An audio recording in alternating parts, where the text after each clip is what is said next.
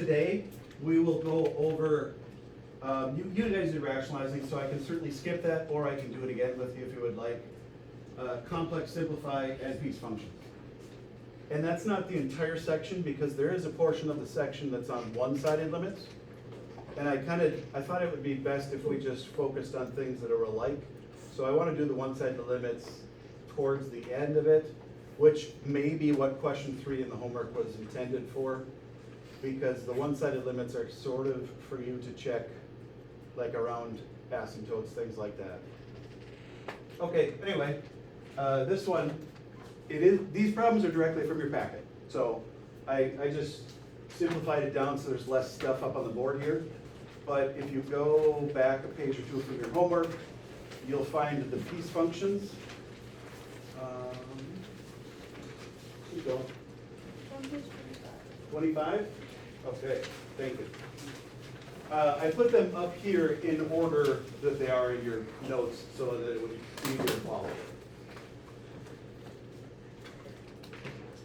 The rationalization ones that we did Wednesday are probably what I would consider the hardest for you to do, because they're the only one that actually requires like a method. So you've sort of learned it before in the past, so it's not like it's new to you, but it's the only one that actually requires a method. These don't have necessarily a method to them. You just have to know what to look for. Do you guys want me to refresh you on what a piece function is before we even talk about them? Do you guys remember what piece functions are? Okay, they're functions that are made up of pieces of multiple functions. So like this first one in red, it's telling you that to the right of x equals 1, so to the right of x equals 1, the graph would look like x cubed plus 1.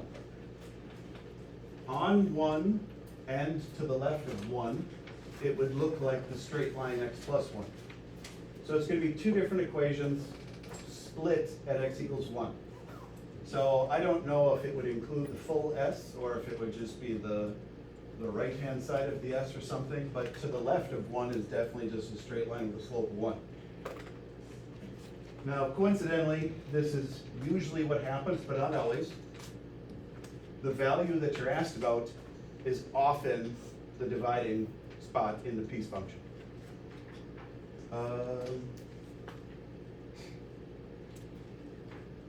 I kind of remember who's supposed to start everything now. Excellent. So the question is going to be, what do we have to look for when we're finding a limit? And you can answer it, you can pass it on to somebody else if you want. That's perfect, that's all I was looking for. So a limit means it's coming from the left and right. If we are specifically looking around this border x equals 1, we're going to have to find out the height of each graph coming in. We need to know if the two graphs meet up at each other at x equals 1, or if they're separated. Did anybody think how to do that? It honestly is easy enough if you, rather than just calling on somebody specific. Yeah, you're just going to plug 1 into both equations. Technically 1 isn't part of that equation, but it's right next to 1. So you'd be able to figure out the height there. If, I'll do this for now because I want you guys to see the correct notation, but honestly, most of you in your head know left, right. So the limit as x approaches 1 from the right, well, this is going to be the equation that's on the right-hand side of 1. So I would just plug 1 into x cubed plus 1.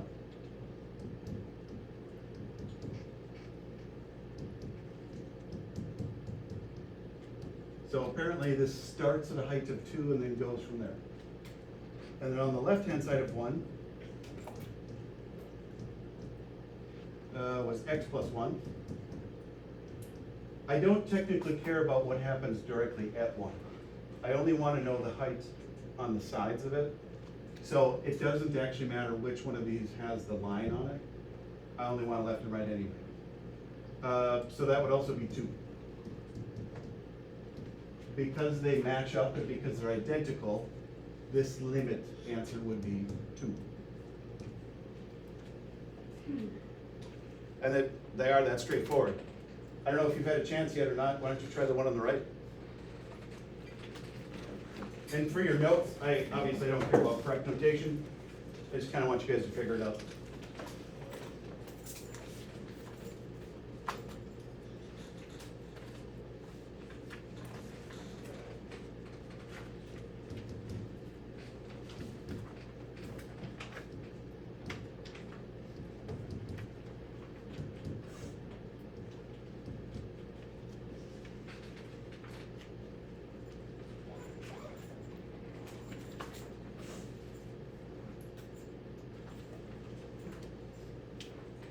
Some of you are going to love this room in the middle of the winter because you actually will warm up. I will hate this room throughout the day.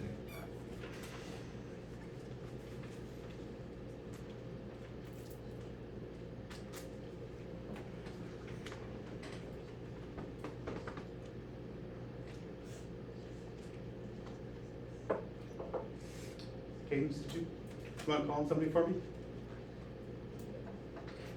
Figured out yet? Mm-hmm. Oh, okay. How about to the left of 2, what did you use? I used the top one. Top one, okay, what'd you get? 3. 3, okay. Bottom one, The bottom one. okay. I got 3. 3. Everybody else get that? Okay, I didn't try you doing it yet, so the bottom one is probably the one I'd be most worried about, as, you know, with the negative symbol. So you square it first and then do the negative. So we would have -4 plus 8, 4 minus 1 is 3. Nice. Perfect. These are extremely easy once you are knowing what to look for. I don't know if it's in your homework yet or not, but they have a version of these questions where you have to figure out a number to put in place of the equation to make it have a limit. So I can't remember if it's in this section or if it's a little bit later. But one of these equations would say like x squared minus kx plus 7, and then you would have to figure out a number to put in place of k so that this had a limit at a certain number. And you would approach it the same way as this. You would try to find the answer if you could by plugging in 2, and then once you had the things written out, you would have a k left in here, and then you would just put a number in place of k that would make them be equal. So when we run into them, I can certainly do them with you, but I figured I'd let you know ahead of time. Did anybody try doing a lot? I know I saw some people turn in the homework already. Did you get the whole thing finished already? Was there a question like that where you had to find them to make them equal? To make it equal? I don't think so. I think it's just kind of like this. Yeah, okay. Fill 'em out. That's what I figured for now. I know that will be, I just didn't remember when it was thrown in there. Okay? Are feeling pretty good on this topic? Probably. Okay? It's usually scary for when you first see the piece functions because multiple things. This is, I think, the last topic for you guys. Yeah. Simplifying complex fractions. And honestly, there's nothing to learn about this. You just have to common denominator and simplify. A lot of these won't work the way it's currently set up because why would they give you one that does work? Oh, that one doesn't work. Okay, perfect. I was expecting them to give you x equals 4. But yeah, that one doesn't work because you have a quarter minus a quarter. Basically, you're just going to simplify the fraction so that it's a single fraction, and then frequently it works out. I'm guessing it's because they're purposely chosen to work out, but hey, the whole goal of this is to just change it around so it's easier to work with, to see if things work. So plugging 0 in didn't work. Now I need to simplify x over 1/4 plus 1 over x minus 4. The denominator is the portion that makes this a complex fraction, because we have a fraction within a fraction. So I'm going to start by combining those two together to make a single fraction. I believe the packet shows you a completely different method. And if I remember right, I think the packet has you multiply top and bottom by the denominators? Multiply top and bottom by the least common multiplier. Yeah. I just don't like that method. Just personal preference. But if that method makes more sense to you, certainly do it. Because I always post the completed notes with your assignments and things. So if you look through the notes and you see the other method and it clicks with you better, use it. I prefer just a common denominator and like work with it. So I would multiply this by x minus 4, x minus 4. This by 4 over 4.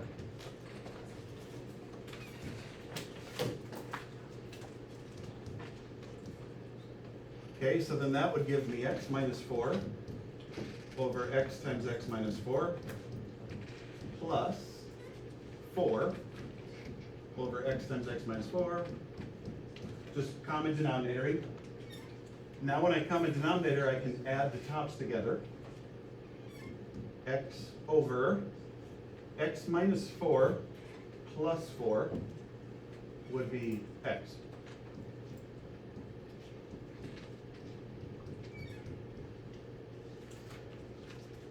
And I don't want to go too fast. I don't know if you guys are okay with what's up there so far. Certainly interrupt me and ask if you get lost. Why isn't it x times x minus 4 to the left equation, or the left fraction? On the bottom? Yeah. Oh, Yeah, 4. Thank you. My head was not working. They're both supposed to be 4 times x minus 4. Nope, good catch.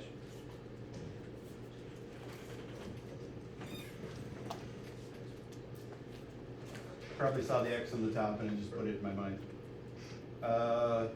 Yeah, I multiplied them correct, I just wrote the bottom wrong, it looks like. Yeah, okay, good. Not good, but good identical change.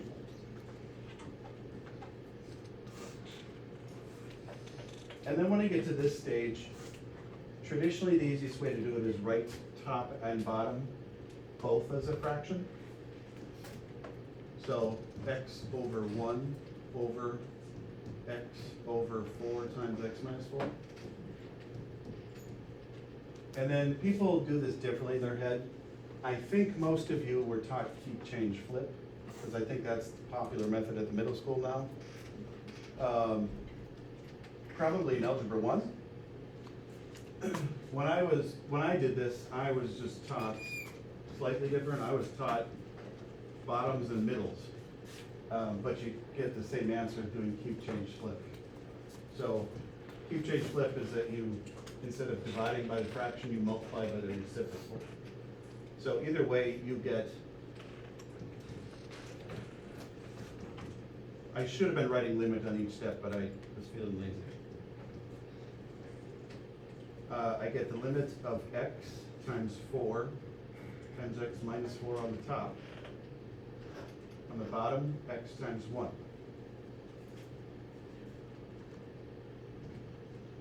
And then this works nice for us because the x is canceled. And now I can plug in 0.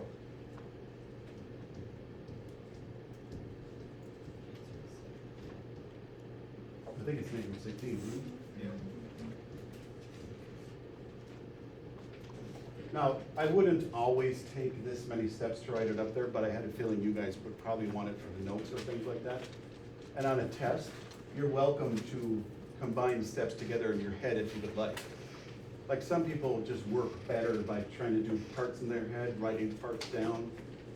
Others get lost if they don't write everything down.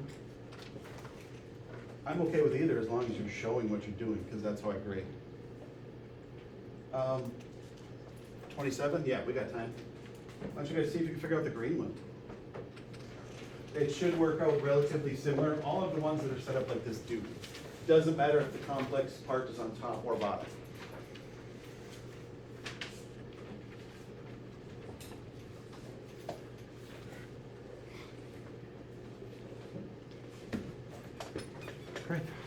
wearing shorts and a t-shirt all the way through winter now. Yeah.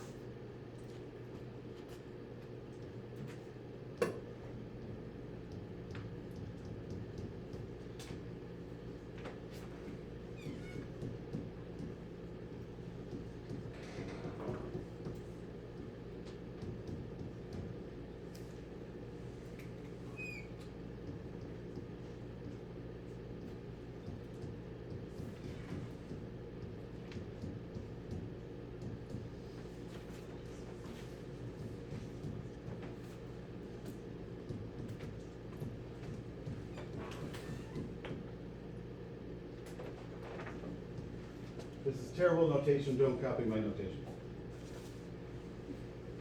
Who is I saying not as lazy?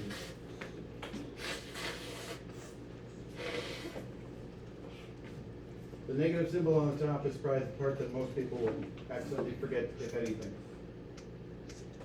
Zero.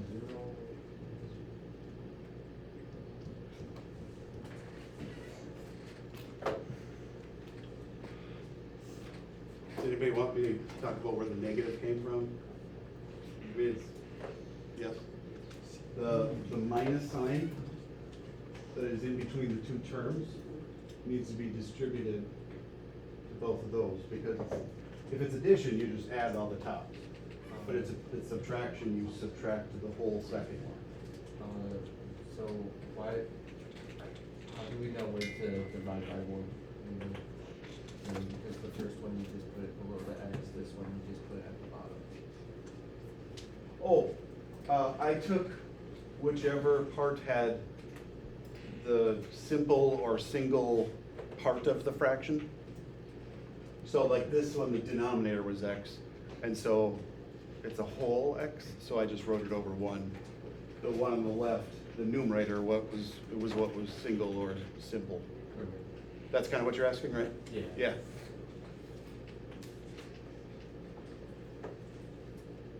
Okay, that's all I've got for this part. This will cover a lot of your homework. Not necessarily everything, because the one-sided limits are kind of just buried in there, and a lot of the homework is just in random order. It somewhat follows the notes, but not perfectly. So don't feel bad if you can't finish the entire thing yet. Anything you can't finish, we'll try to go over together on Monday. And I think next week is when you guys start choosing where to go for R&R. So like that'll help, that'll be nice for when you want to get help on certain things, or, you know, if you did really badly on the trig one today, you could certainly just kind of come talk to me about it. We can figure out a plan for you, like maybe coming in for R&R or something, I don't know. When I say really bad, I mean like less than 7. So D to F range.